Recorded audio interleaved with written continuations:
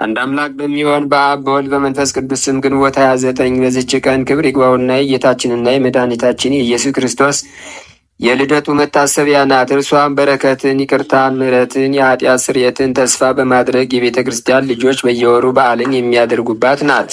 ለእርሱ ከቸር አባቱና ሕይወት ከሆነ መንፈስ ቅዱስ ጋር ምስጋና፣ ስግደት፣ አምልኮት ይገባል ለዘላለሙ አሜን። በዚችም ዕለት ከአንጾኪያ ገዳም አባ ስምዖን አረፈ። የዚህም ቅዱስ የአባቱ ስም ዮሐንስ የእናቱ ስም ማርታ ነው። ስለ እርሱም ድንቆች ታምራት ሆኑ። ይኸውም እናቱ ገና ሳትጸንሰው መጥምቁ ቅዱስ ዮሐንስ ወደ እርሷ መጥቶ የዚህን የቅዱስ ስምዖንን መወለድ ነገራት። ከእርሱም የሚሆነውን ገለጠላት። ተወልዶም 7 ዓመት በሆነው ጊዜ በአንጾኪያ ወዳለ ገዳም ሄደ። ራሱንም ወደ ምንኩስና ቀንበር ውስጥ አስገብቶ ታላቅ ገድልን ተጋደለ። መላእክትም አባ ጳኩሚስን እንዳስተማሩት በየሌሊቱ ሁሉ የተገለጡለት የምንኩስናን ገድል አስተማሩት። የማይጠፋ የምንኩስናንም የገድል አሰራር ገለጡለት።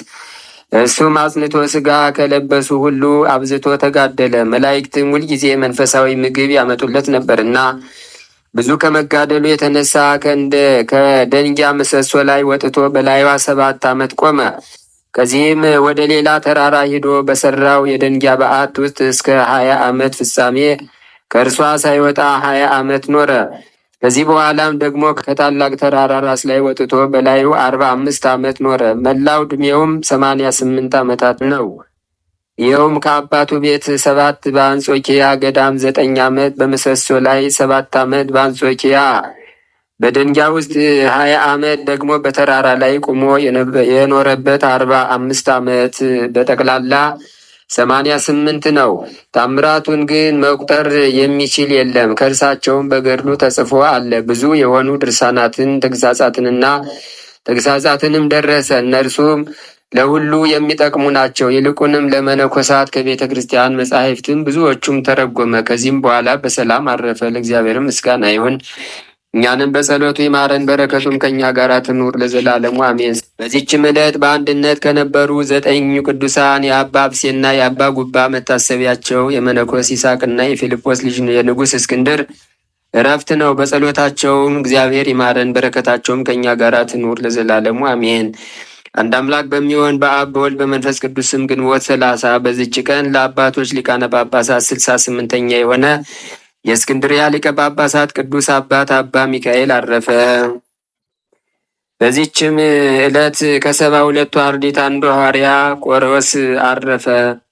በዚህችም ዕለት ተጋዳይ የሆነች ፍትወተ ሥጋን ድል ያደረገች በበጎ ሥራዋም እግዚአብሔርን ደስ ያሰኘች ቅድስት ሳርዋ አረፈች። በረከቷም ከእኛ ጋር ይኑር ለዘላለሙ አሜን። በዚችም ዕለት የሰማዕት ዲማዲስ መታሰቢያው ነው። በረከቱም ከእኛ ጋር ትኑር ለዘላለሙ አሜን። ይቅርታው ቸርነቱ ለዘላለም በእውነት ለሁላችን ያደርግልና ጌታችን አምላካችን መድኃኒታችን ኢየሱስ ክርስቶስ ያደረገው ታምሬ ነው።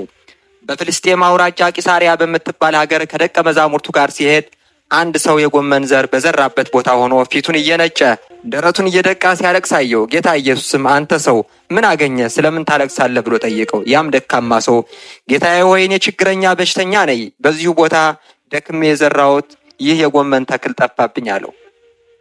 ጌታ ኢየሱስም የጥፋቱን ምክንያት ምንድን ነው ብሎ ቢጠይቀው እርሱ ጌታዬ ሆይ ትል በልቶ አጠፋብኝ፣ እውነት የእስራኤል አምላክ ያውቃል ከደረቁ ከ3ቱ ስራ ስሮች በቀር ምንም አልተረፈኝም። እንግዲህ ዕዳዬን ከወዴት አምጥቼ እከፍላለሁ ብዬ ነው የማለቅሰው ስል መለሰለት። ጌታ ኢየሱስም ያን የደረቁ 3 የጎመን ስር ነቅለህ ወደ እኔ አምጣልኝ አለውና እኒያ የደረቁ የጎመን ስሮችን ነቅሎ አመጣለት። ከጌታ ኢየሱስ ክርስቶስ ፊት ለፊት ጣላቸው። ጌታ ኢየሱስም እኒያ የጎመን ስሮችን አነሳና ባረካቸው። ሰውየውንም እነዚህን ጎመን ወስደህ ቀድሞ ከጠፋው የጎመን ቦታ ያይደለ በሌላ ቦታ ተከላቸው፣ ስተክላቸው አታቀራርባቸው አለው። ሰውየውም ጌታ ኢየሱስ እንዳዘዘው አደረገና እኒያ 3 ጎመኖች አበቡ፣ ቅጠሎቻቸውን በመሬት ላይ ተንሰራፈፈ። በዚች ዓመት ካለፉት ዓመታት ይልቅ ብዛት ያለው ፍሬ አፈሩ። ያም ሰው በፍልስጤም ከሚኖሩ ሰዎች ሁሉ ብዙ የጎመን ፍሬ አዝመራ ሰብስቦ ዕዳውን ከፈለ። በቤቱ ውስጥ ያለውንም ችግር ሁሉ አስወገደ። ከተረፈውም ከ400 ወቄት ወርቅ የሸጠው የጎመን ዘር ዋጋ ይዞ ወጥቶ ከጌታ ኢየሱስ ክርስቶስ ፊት አቀረበ። ጌታዬ ሆይ ዕዳዬን ከፍዬ ጨረስኩ፣ የቤቴንም ችግር አስወገድኩ። ከዚህ ሁሉ የተረፈ 120 ወቄት ወርቅ ይዤ መጥቻለሁ። እንግዲህ ምን አደርግበት ዘንድ ታዘኛለህ አለው። ጌታ ኢየሱስም ሂድና ለነዳያን ለድሆች ምጽዋት ስጥ አለው።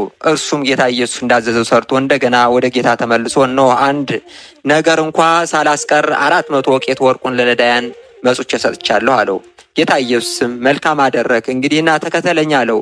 እርሱም ተከተለውና ከ70 አርድእት እንደ አንዱ ተቆጠረ። በትምህርቱም ከእስራኤል ልጆች ወገን ብዙዎቹ አመኑ። ከሌሎቹም ወገን ጥምቀትን ተቀብለው በጌታ ኢየሱስ ክርስቶስ አመኑ። የአስቃላን ሰዎችም አስተማራቸው። ይቅርታው ቸርነቱ ለዘላለም በእውነት ይደርብን፣ አሜን። የሰማነውን በዝን ልቡናችን ይጻፍብን፣ ከቅዱሳን ረድኤት በረከት ያሳትፈን፣ ሰላም ቀን ያውለን፣ በዓሉን የበረከት በዓል ያድርግልን። አምላካችን ቅድስት ተዋሕዶ ሃይማኖታችን አስፋልን፣ ምእመናንን በሃይማኖት አበርታልን። የሰላም አምላክ ሰላምን ስጠን።